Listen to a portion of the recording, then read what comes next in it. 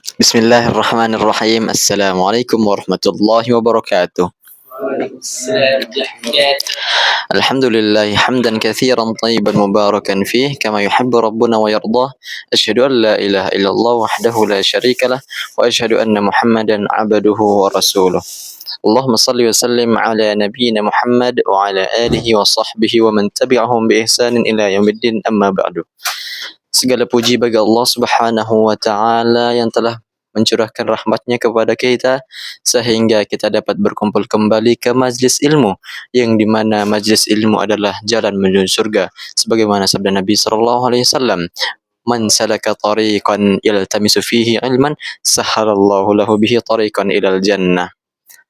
Barang siapa yang menempuh suatu jalan dalam rangka menuntut ilmu, maka Allah akan mudahkan jalannya menuju surga.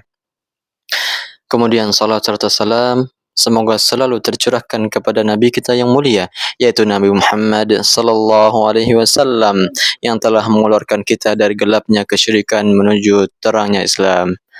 Langsung saja mari kita buka acara kita pada malam hari ini dengan membaca basmalah. Bismillahirrahmanirrahim. Lalu yang kedua, pembacaan Quran yang insyaallah akan dibacakan oleh Ustazuna Al-Fadil Adnan hafizahullah taala. Pakai hamzah. Adnan. Yang pernah dengar sih. أعوذ بالله من الشيطان الرجيم بسم الله الرحمن الرحيم يا أيها النبي اتق الله ولا تطع الكافرين والمنافقين إن الله كان عليما حكيما واتبع ما يوحى إليك من ربك إن الله كان بما تعملون خبيرا وتوكل على الله وكفى بالله وكيلا ما جعل الله لرجل من قلبين في جوفه وما جعل أزواجكم اللائي تظاهرون منهن أمهاتكم وما جعل أدعياءكم أبناءكم ذلكم قولكم بأفواهكم والله يقول الحق وهو يهدي السبيل ادعوهم لآبائهم هو أقسط عند الله فإن لم تعلموا آباءهم فإخوانكم في الدين ومواليكم وليس عليكم جناح فيما أخطأتم به ولكن ما تعمدت قلوبكم وكان الله غفورا رحيما النبي أولى بالمؤمنين من أنفسهم وأزواجه أمهاتهم وأولو الأرحام بعضهم أولى ببعض في كتاب الله من المؤمنين والمهاجرين إلا أن تفعلوا إلى أوليائكم معروفا كان ذلك في الكتاب مسطورا صدق الله العظيم.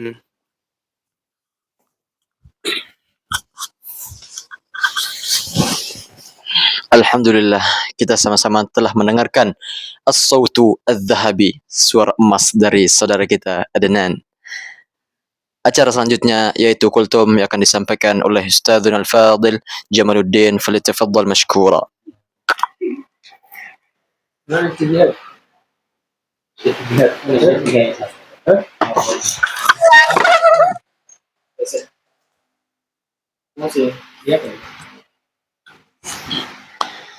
Bismillahirrahmanirrahim. Assalamualaikum warahmatullahi wabarakatuh.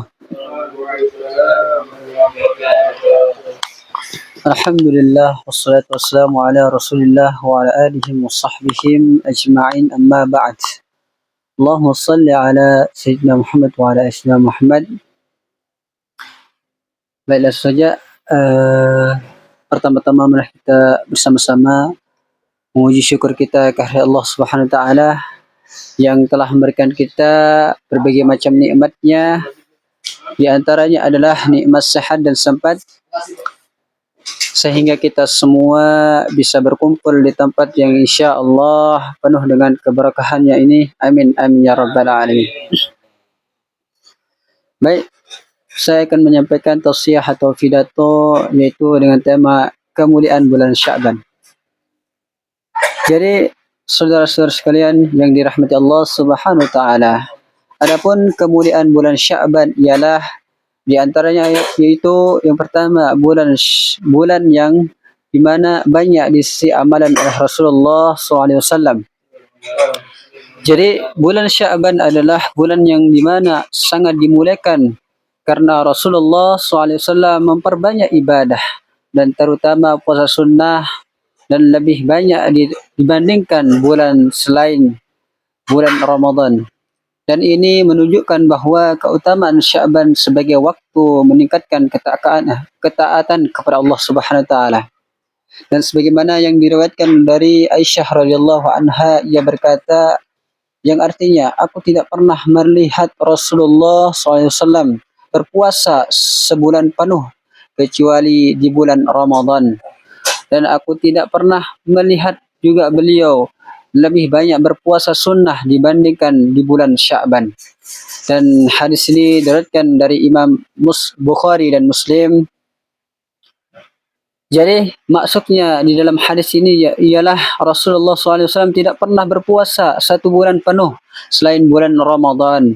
Dan karena puasa sebulan penuh hanya diwajibkan di bulan Ramadan. Namun beliau di luar Ramadan, puasa sunnah yang paling banyak beliau lakukan adalah di bulan Sya'ban. Dan hadis ini juga menunjukkan bahawa yang pertama Sya'ban adalah bulan yang sangat dianjurkan untuk memperbanyak puasa sunnah. Dan kedua, meskipun Rasulullah SAW sering berpuasa di bulan Sya'ban dan beliau juga tidak pernah berpuasa penuh satu bulan agar tidak disangka sebagai kewajiban. Dan yang terakhir yaitu puasa di Sya'ban, yaitu merupakan persiapan fisik dan spiritual untuk menyambut bulan suci Ramadan. Selanjutnya, adapun kemuliaannya di bulan Sya'ban ialah bulan diangkat amal-amal manusia. Jadi bulan Sya'ban adalah juga bulan diangkatnya amal-amal perbuatan tahunan kepada Allah Subhanahu wa taala. Oleh karena itu Rasulullah SAW sangat menyukai perbuatan di bulan ini agar amalan diangkat dalam keadaan beribadah.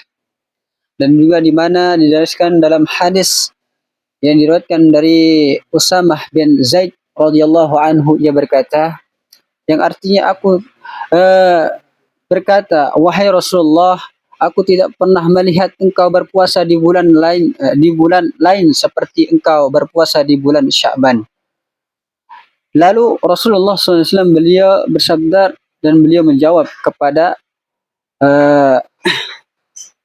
Usamah bin Zaid, itulah apa kata Rasulullah, itulah bulan yang sering dilalaikan oleh manusia antara bulan Rajab dan Ramadan.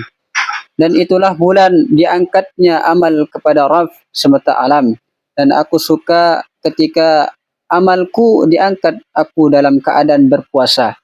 Jadi hadirin yang dirahmati Allah Subhanahu wa taala, makna dari hadis ini ialah Rasulullah SAW menjelaskan bahawa beliau memperbanyak puasa di bulan Sya'ban karena beliau itu sering dilalaikan karena bulan itu sering dilalaikan oleh banyak orang atau kita sebagai seorang muslim. Karena sebab berada di antara dua bulan yang lebih terkenal yaitu Rajab dan Ramadan. Dan selain itu pada bulan Sya'ban amalan-amalan manusia diangkat kepada Allah, diangkat oleh Allah Subhanahu wa taala, sehingga Rasulullah SAW ingin ketika amal beliau diangkat dan beliau berada dalam keadaan berpuasa, yaitu dalam kondisi ibadah yang paling utama. Dan intinya adalah hadis ini mengajarkan kita bahawa yang pertama bulan Sya'ban adalah bulan yang istimewa meskipun sering diabaikan. Dan yang kedua yaitu memperbanyak ibadah di waktu yang dinilaikan memiliki keutamaan besar. Dan yang terakhir yaitu Rasulullah SAW mencontohkan puasa sebagai ibadah terbaik untuk menyambut penganganan amal dan persiapan menuju bulan suci Ramadan.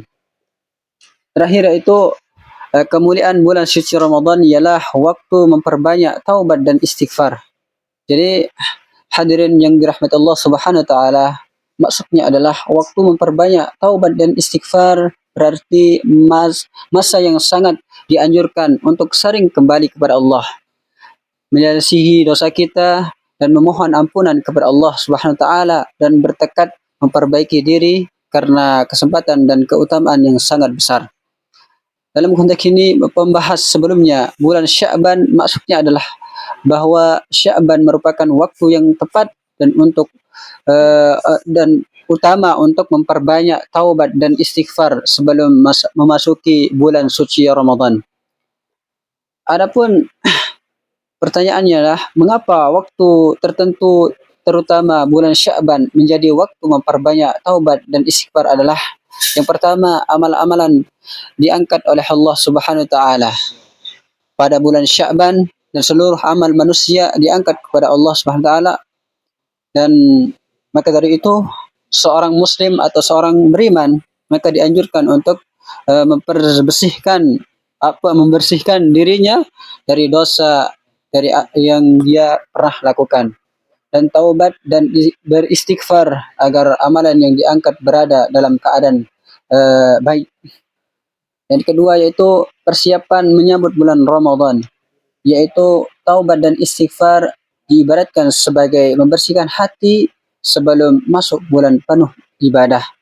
Hati yang bersih akan lebih mudah khusyuk untuk berpuasa dan bersemangat untuk beribadah dan menjaga diri dari maksiat. Terakhir itu kesimpulannya. Adapun kesimpulannya adalah waktu memperbanyak taubat dan istighfar itu bermakna menggunakan waktu-waktu utama, terutama bulan Sya'ban. Dan untuk kembali kepada Allah Subhanahu wa taala dan membersihkan dosa-dosa kita dan memperbaiki diri kita agar siap menyambut bulan Ramadan dengan hati yang bersih dan amal yang baik dan berkualitas. Alhamdulillah, sekian dari kultum yang saya bisa sampaikan. Mohon maaf bila ada kekurangan atau kata-kata yang salah, mohon dimaafkan, dan kalau ada kata-kata saya benar itu datangnya dari Allah Subhanahu wa taala. Wallahu muwaffiq ila aqwamit thoriq. Wassalamualaikum warahmatullahi wabarakatuh. Waalaikumsalam warahmatullahi wabarakatuh.